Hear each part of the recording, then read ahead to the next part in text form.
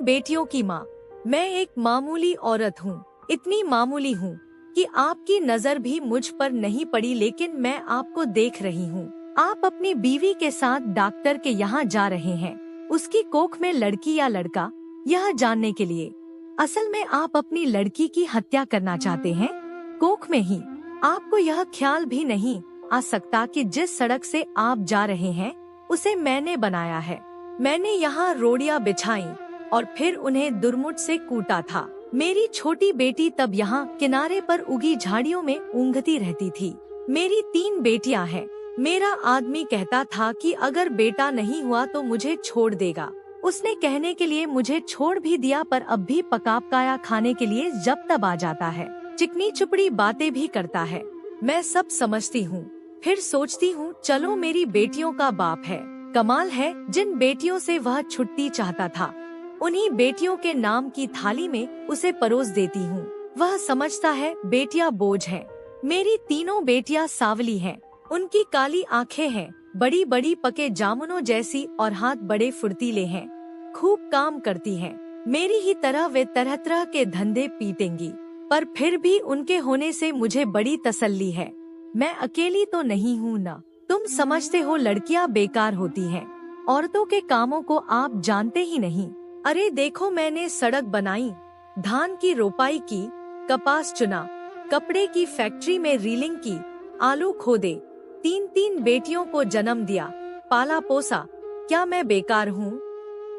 ये जो तुम चाय पीते हो, इसकी पत्तियां भी लड़कियां ही चुनती हैं, और क्या क्या नहीं करती। इतने धंधे औरतें करती हैं कि गिनवाने मुश्किल। और तुम्हारा ये सूटर कोई 1 पौंड का होगा।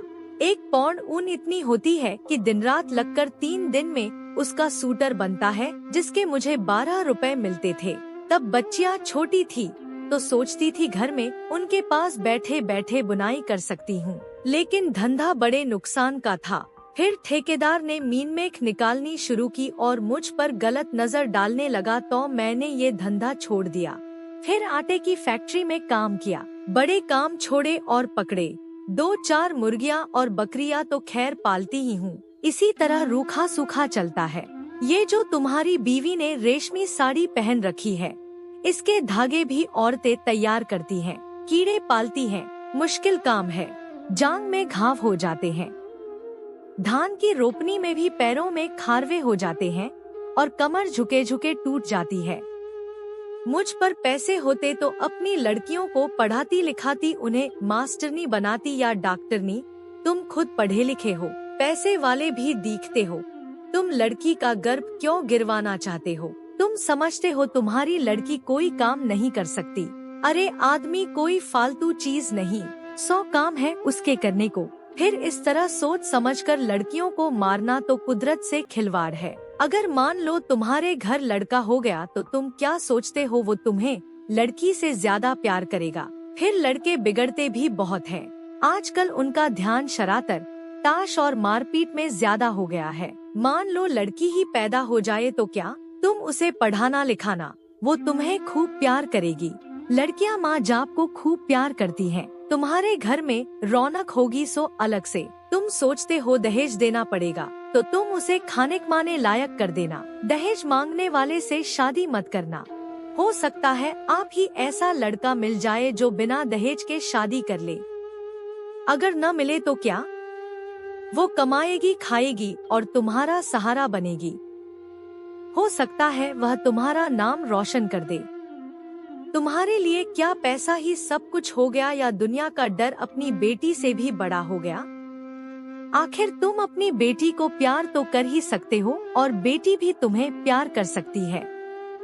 माँ बाप और बच्चे का इतना रिश्ता बहुत हुआ। इसके लिए तो आदमी जीता है। पैसे को चाहे जितना मानो, पर मोहम्मता फिर भी बड़ी चीज है। इसे बनाए रखने में ही खैर है। नहीं दुनिया उजड़ी समझो। कुदरत के साथ इतनी मनमानी अच्छी नहीं। लड़कियों को तुम ऐसे ही गिरवाते रहे तो औरतें कितनी कम हो जाएंगी। फिर तुम उनके लिए कुत्तों की तरह लड़ोगे। दहेज के डर से आज उन्हें मरवा सकते हो तो कल फिर पैसे के लालच में बेचोगे भी। इस तरह क्या दुनिया बड़ी अच्छी हो जाएगी या तुम्हारे घर परिवारों में खुशियां छा जाएंगी। तुम जो रेशमी साड़ी पहनकर इसके साथ चली आई हो, इससे इतना डरती क्यों हो? सोचती हो यह तुम्हें छोड़ देगा? ये मिचमिची आंखों वाला अगर तुम्हें छोड़ भी दे तो क्या तुम मर जाओगी? मैं तो पढ़ी लिखी भी नहीं थी, मैं तो तानों से नहीं डरी। आदमी ने छोड़ने की धमकी दी तो कह दिया ले छोड़ दे। अब भी मेहनत करके खाती हूँ, तब भी मेहनत कर लूंगी। पर वो क्या मुझे छोड़ पाया? हम औरतें बड़े काम की हैं, हमें ये ऐसे ही थोड़े छोड़ सकते हैं। परिवार की जरूरत तो इन्हें भी है, नहीं तो हाफते मर जाएंगे। कोई पानी देने वाला भी नहीं मिलेगा। मैं तो कहती हूँ बेटी भी पैदा करो, दहेज भी मत दो और डरो भी मत। देखना दुनिया ऐसी ही चलेगी, इससे अच्छी चलेगी। दाब धौंस कुछ कम ही होगी। मेरी बेटी ने कढ़ाई सिलाई सीखी है, वो न होती तो फिर क्या था? मैं तो दुनिया में धंधा पीटती मर जाती। अब भी मेहनत करती हूँ पर मन में खुशी भी है। मेरी 3 लड़कियाँ खूब हुनर वाली हैं। कोयल जैसी आवाज है उनकी, सुने से थकान मिट जाती है। न करे कोई शादी अपनी जिंदगी भाड़ बनाएगा, और जो शादी करेगा सो भगवान होगा। चलती हूँ ये ठेकेदार आता दिखता है, आंखों से कम सूझने लगा है। ये जो लिबर्टी सिनेमा है न इसे गिराना है। मालिक यहाँ पूरी बाजार भर दुकानें बनवाना चाहता है। यही मलबा ढोने का काम करूंगी। काम तो ठीक है, मैंने बहुत किया है, पर इसके सामने ये डॉक्टर की दुकान है। यहाँ लड़का लड़की टेस्ट होता है बस। इसे देख देख के मन में बेचैनी बनी रहती है। घड़ी घड़ी तुम्हारे जैसों की सूरत देखनी पड़ेगी, हत्यारों की। बस कहीं और काम मिला तो ये जगह छोड़ दूंगी। देखो तब तक तो यही काम करना पड़ेगा। मैं पढ़ी लिखी होती तो यही सब बातें लिख देती, फिर तो तुम भी मेरी बात किताब में पढ़ लेते। पढ़कर तुम भी कहते करतारी देवी बात तो पते की कहती है।